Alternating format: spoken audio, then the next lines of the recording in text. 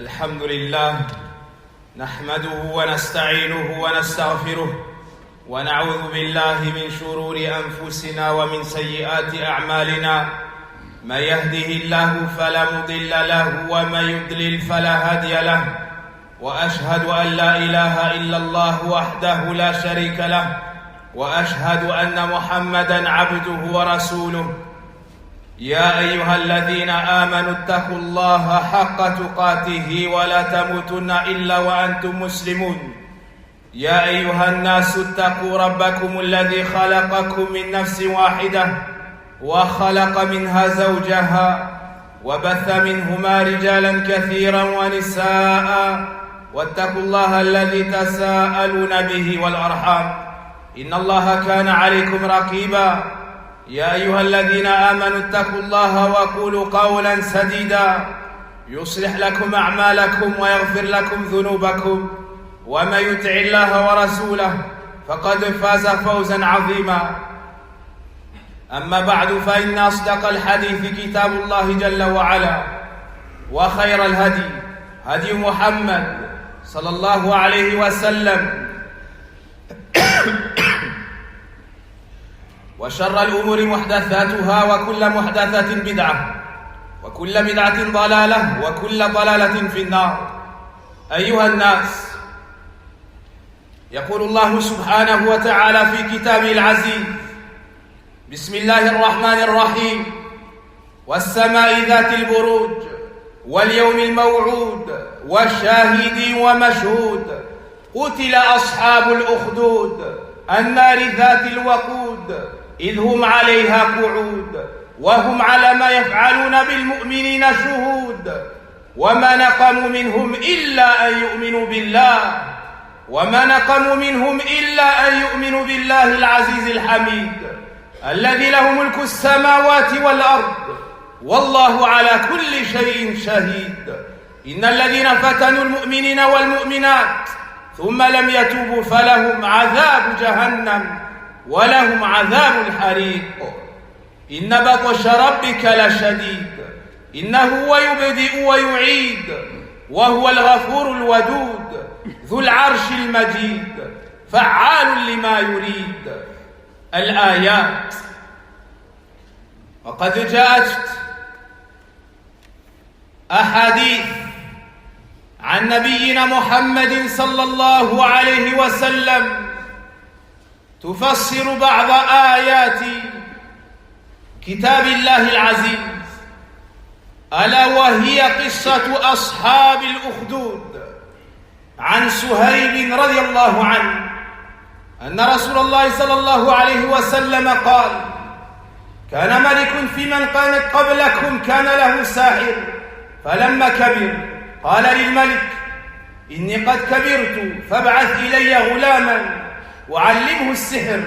فبعث إليه غلاما يعلمه، فكان في طريقه إذا سلك راهب فقعد إليه وسمع كلامه فأعجبه، فكان إذا أتى الساحر مر بالراهب فقعد إليه، فإذا أتى الساحر ضربه فشكى ذلك إلى الراهب، فقال: إذا خشيت الساحر فقل حبسني أهلي، وإذا خشيت أهلك فقل حبسني الساحر. فبينما هو كذلك إذ أتى على دابة عظيمة قد حبست الناس، فقال: اليوم أعلم الساحر أفضل أم الراهب أفضل؟ فأخذ حجرا فقال: اللهم إن كان أمر الراهب أحب إليك من أمر الساحر فاقتل هذه الدابة حتى يمضي الناس. فرماها فقتلها ومضى الناس، فأتى الراهب فأخبره، فقال له الراهب: أي بني، أنت اليوم أفضل مني، قد بلغ من أمرك ما أرى، وإنك ستبتلى، فإذا ابتليت فلا تدل عليه.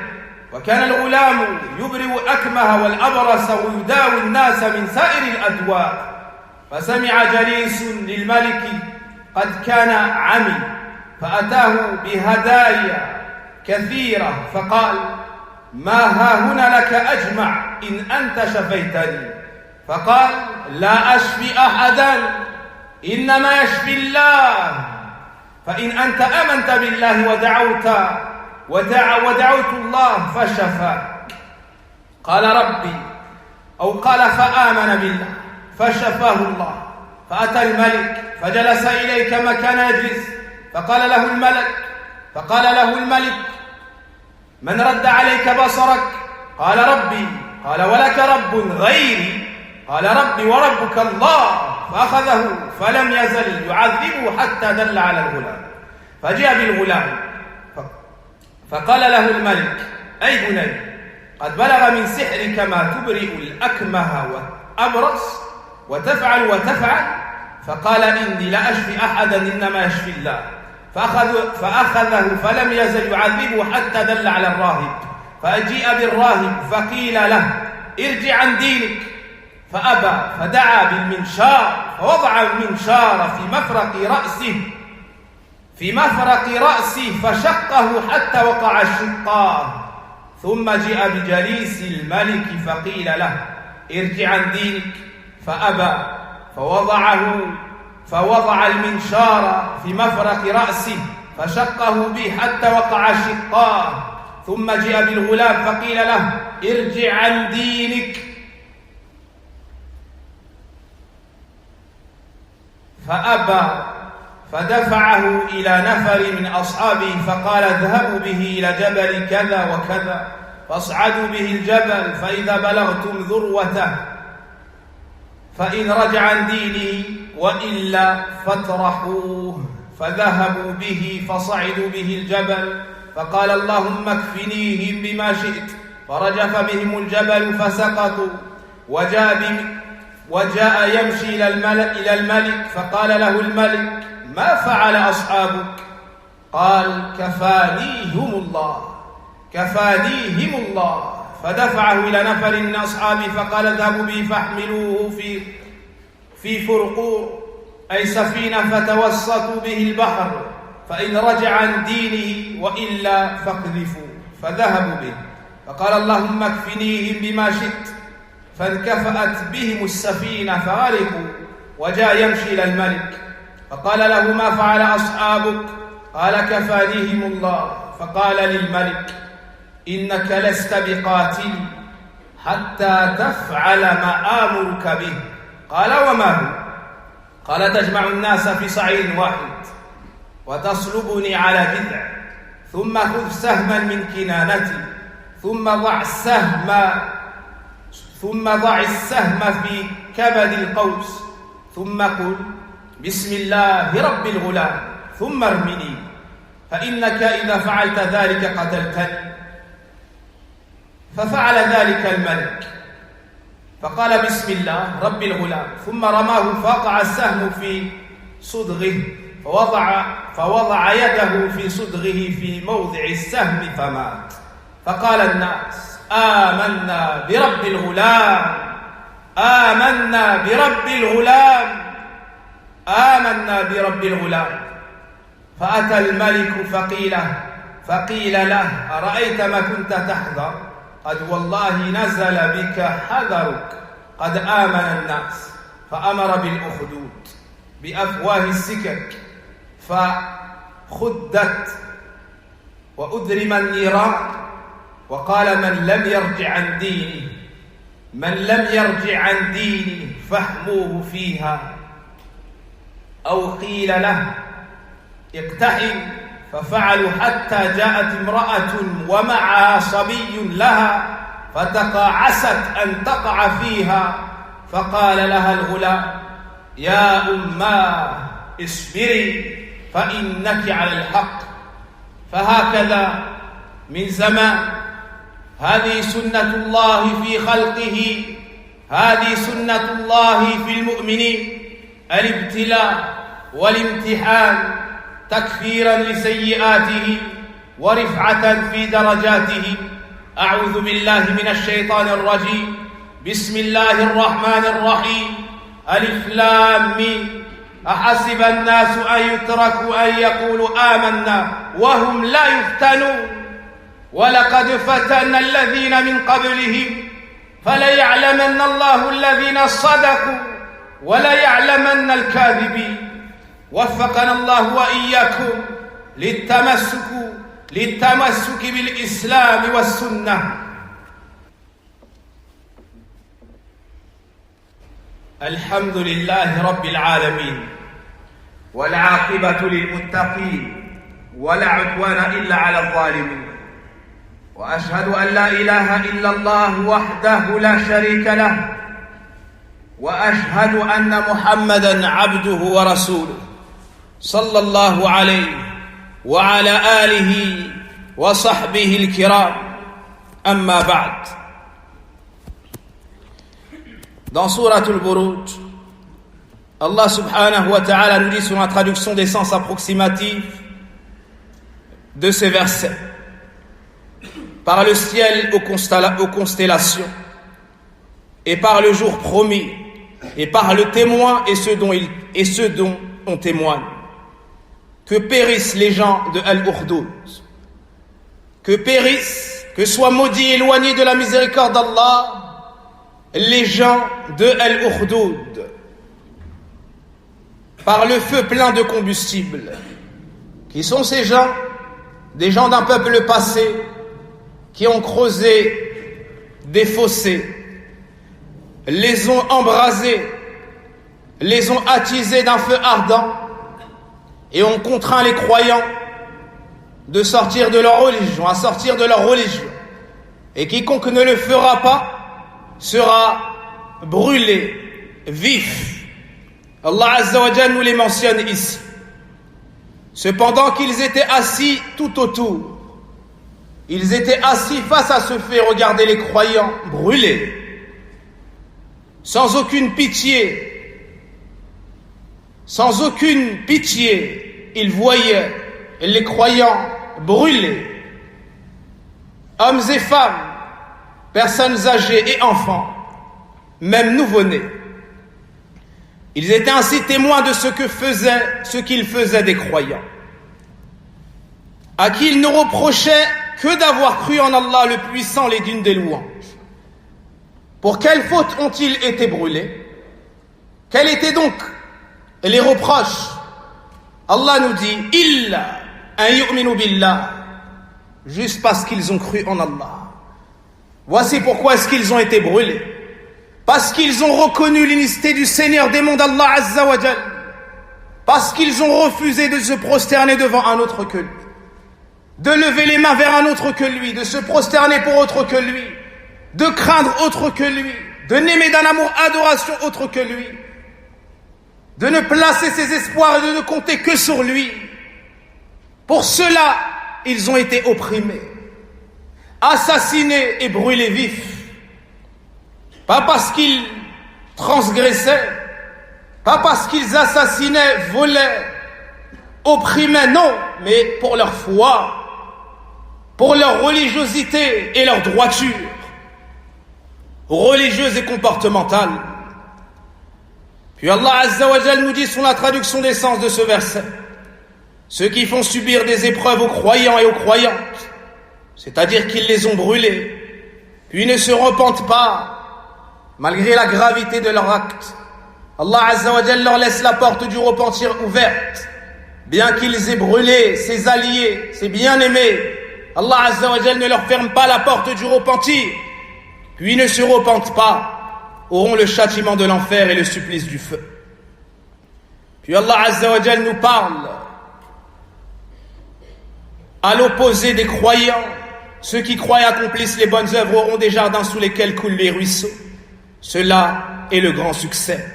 La riposte de ton Seigneur est redoutable. C'est lui certes qui commence et la refait, c'est-à-dire la création. Et c'est lui le pardonneur, le tout affectueux, le maître du trône, le tout glorieux. Il réalise parfaitement tout ce qu'il veut. Dans ces quelques versets du noble livre d'Allah Azza wa Jal, il y a une grande épreuve qui ont touché les croyants d'un peuple passé. Et le prophète alayhi salatu wassalam, dans un hadith rapporté par l'imam Muslim, At-Tirmidhi et autres, selon Suhayb al-Rumi radiallahu anhu, nous a détaillé cette histoire. Il nous dit: jadis vivait un roi qui avait un sorcier. Quand le sorcier se sentit vieillir, il dit au roi: me voilà maintenant âgé, envoie-moi donc un jeune homme pour que je lui enseigne la magie.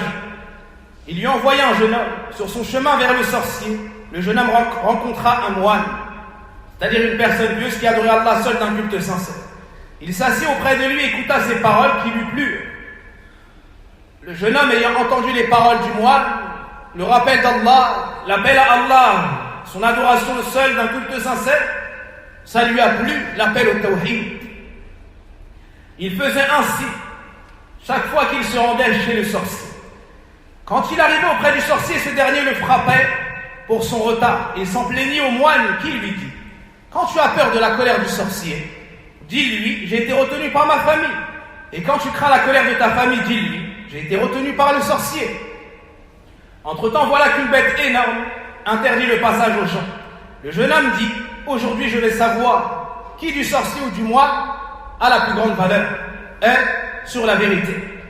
Ceci car il mélangeait ces deux connaissances, la science du faux, la sorcellerie et la magie, et la science de la vérité, la connaissance d'Allah Azza wa Jal et son adoration seule d'un culte sincère.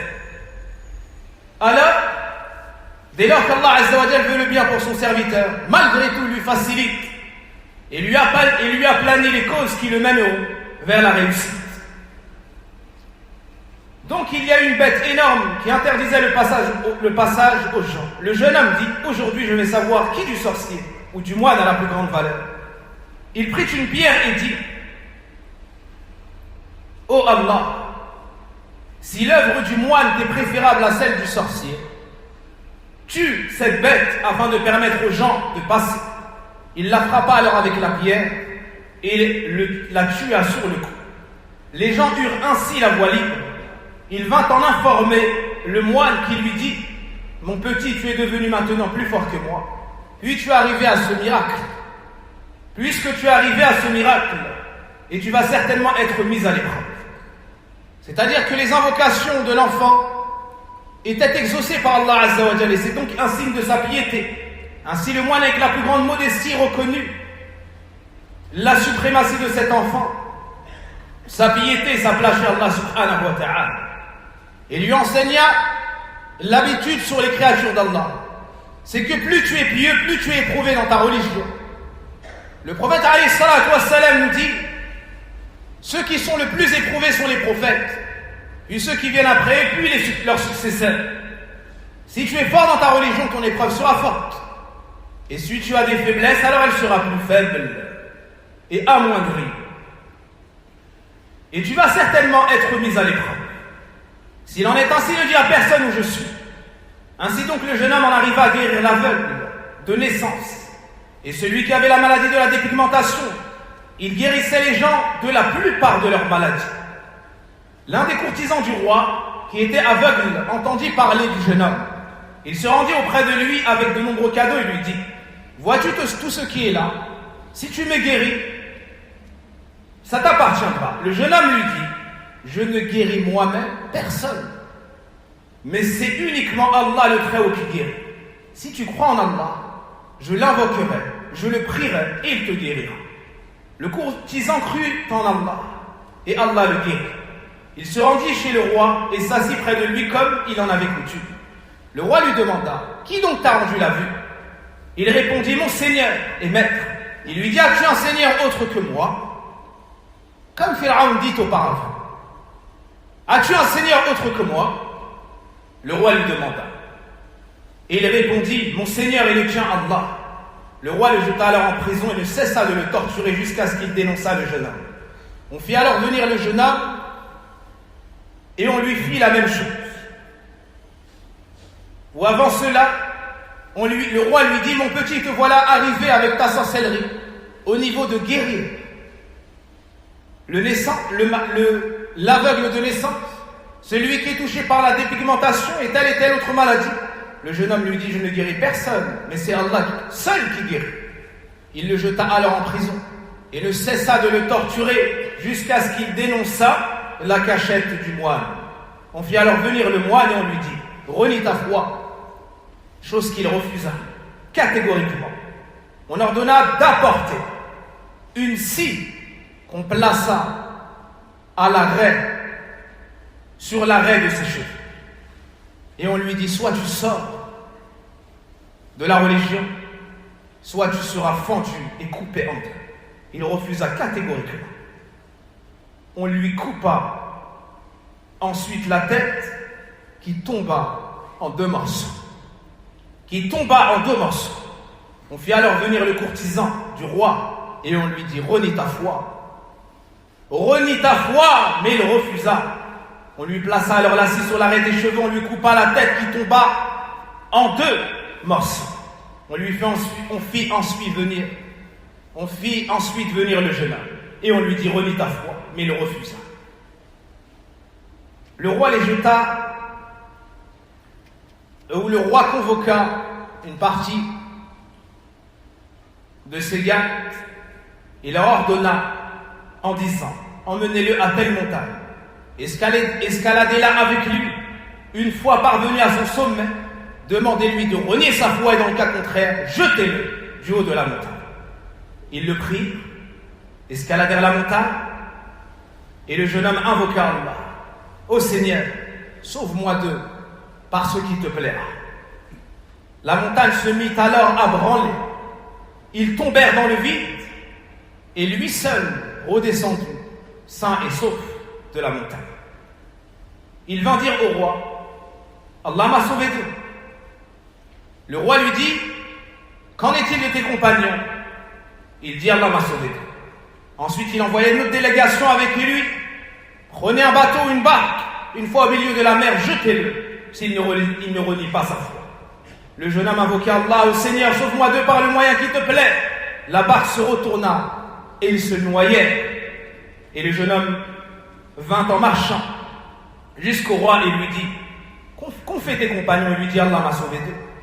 Et il dit alors au roi, ce jeune homme dit alors au roi, ce tyran: jamais tu ne pourras me tuer sauf si tu fais ce que je vais t'ordonner de faire. Quelle est donc cette chose? Lui dit le roi. Le jeune homme répondit: tu rassembles ton peuple sur un seul et même plateau. Tu me crucifies sur un tronc d'un palmier, sur le tronc d'un palmier. Tu prends une flèche de mon carquois, tu places cette flèche au milieu de la corde de l'arc et tu dis: au nom d'Allah, Seigneur et maître de ce jeune homme. Puis tu lances cette flèche en ma direction. Si tu fais tout cela, alors seulement tu pourras me tuer. Il rassembla donc les gens sur un même plateau, crucifia le jeune homme sur le tronc d'un palmier, prit une flèche de son carquois et le plaça au milieu de la corde, et puis dit Bismillah, au nom d'Allah, Seigneur et maître de ce jeune homme. Il tira alors la flèche qui alla se planter dans sa tempe. Alors le jeune homme mit sa main et mourut sur le coup. Les gens dirent alors: nous croyons en le Seigneur et maître de ce jeune homme. Tous ceux qui ont assisté à cela se sont convertis et ont embrassé l'islam après avoir reconnu la vérité étincelante. Et qui est-ce qui pourrait démentir et aimer croire au soleil en plein été au milieu de la journée? Nous croyons en le Seigneur et maître du jeune homme.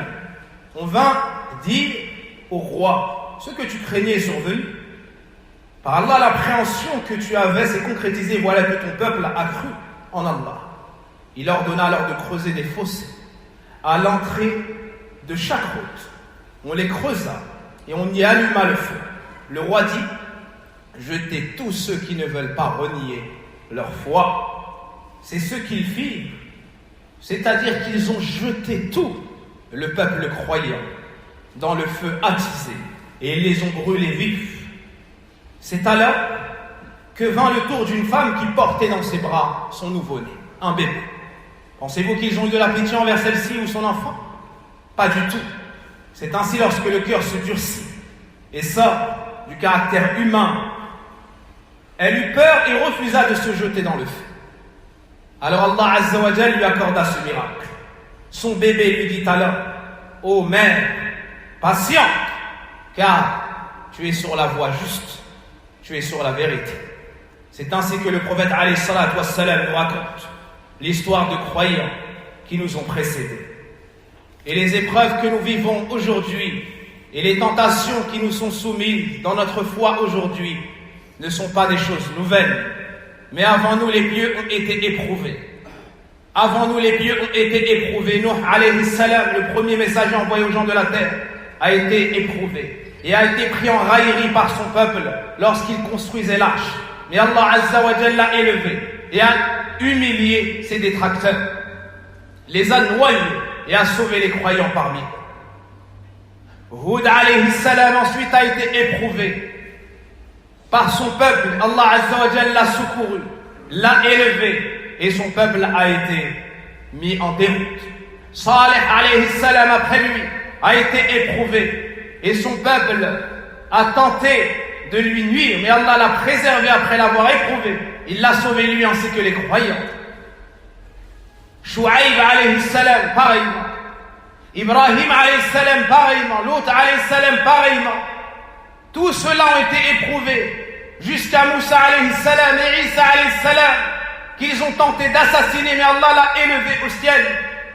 Il est vivant et redescendra à la fin des temps.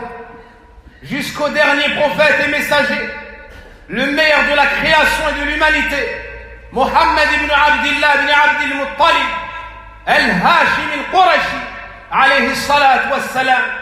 Il a été éprouvé dans ses biens, dans sa famille, dans son honneur, dans son sang, dans ses compagnons. Certains ont été assassinés comme Soumaïa, comme Yasir. Certains ont été torturés comme Bilal. Certains ont été torturés jusqu'à ce que mort se suive, comme Khubayb et beaucoup d'autres. Mais le prophète alayhi salatu wassalam leur a dit: soyez endurants, et notre lieu de rendez-vous sera mon bassin le jour de la résurrection. D'être éprouvé n'est pas une chose nouvelle, c'est pour tester ta foi et ta véracité. Et que les croyants soient opprimés juste parce qu'ils ont cru en Allah, le Seigneur des mondes, n'est pas chose nouvelle. Ils n'ont pas commis de crime, ils n'ont pas opprimé, ils n'ont pas volé, assassiné, juste parce qu'ils disent La ilaha illallah. Et 5 fois par jour ils se réunissent et se tournent en direction de la Mecque pour se prosterner pour Allah Azza wa Jal. Est-ce que pour cela ils méritent d'être opprimés, agressés, jusqu'à nuire à des enfants innocents et leur mère? Hasbunallah wa ni'mal wakil. Hasbunallah wa ni'mal wakil. Hasbunallah wa ni'mal wakil. Allah nous suffit, et quel meilleur garant que lui. Wa inna lillahi wa inna ilayhi raji'un. Allah Azza wa Jal nous dit, sur la traduction des sens des premiers versets de Sourate Al-Ankabut, la sourate de l'épreuve, Alif Lam Mim. Est-ce que les gens pensent que nous allons les laisser dire nous avons la foi sans les éprouver? Nous avons certes éprouvé ceux qui vous ont précédés. Nous avons certes éprouvé ceux qui vous ont précédés. Par ces épreuves, Allah Azza wa Jal distingue les véridiques des autres. Soyez donc patients et endurants jusqu'à ce qu'Allah Azza wa Jal élève le véridique et rabaisse le menteur. Allahumma inna naj'aluka fi nuhurihi wa na'udhu bika min shururihi. Allahumma inna naj'aluka fi nuhurihi wa na'udhu bika min shururihi. La ilaha illa anta subhanaka inna kunna min adh-dhalimin. Allahumma salli ala Muhammadin wa ala ali Muhammad kama sallaita ala ali Ibrahim innaka Hamidun Majid. Allahumma barik ala Muhammadin wa ala ali Muhammad كما باركت على آل إبراهيم إنك حميد مجيد. ربنا آتنا في الدنيا حسنة وفي الآخرة حسنة وقنا عذاب النار. اللهم إنا نسألك الهدى والتقى والعفاف والغنى. يا حي يا قيوم برحمتك نستغيث أصلح لنا شأننا كله ولا تكلنا إلى أنفسنا طرفة عين. اللهم اشف مرضانا مرضى المسلمين. اللهم اشف مرضانا مرضى المسلمين. اللهم اشف مرضانا مرضى المسلمين وارحم موتانا وموتى المسلمين. وارحم موتانا وموتى المسلمين. والله أعلم. سبحانك اللهم وبحمدك أشهد أن لا إله إلا أنت أستغفرك وأتوب إليك والحمد لله رب العالمين.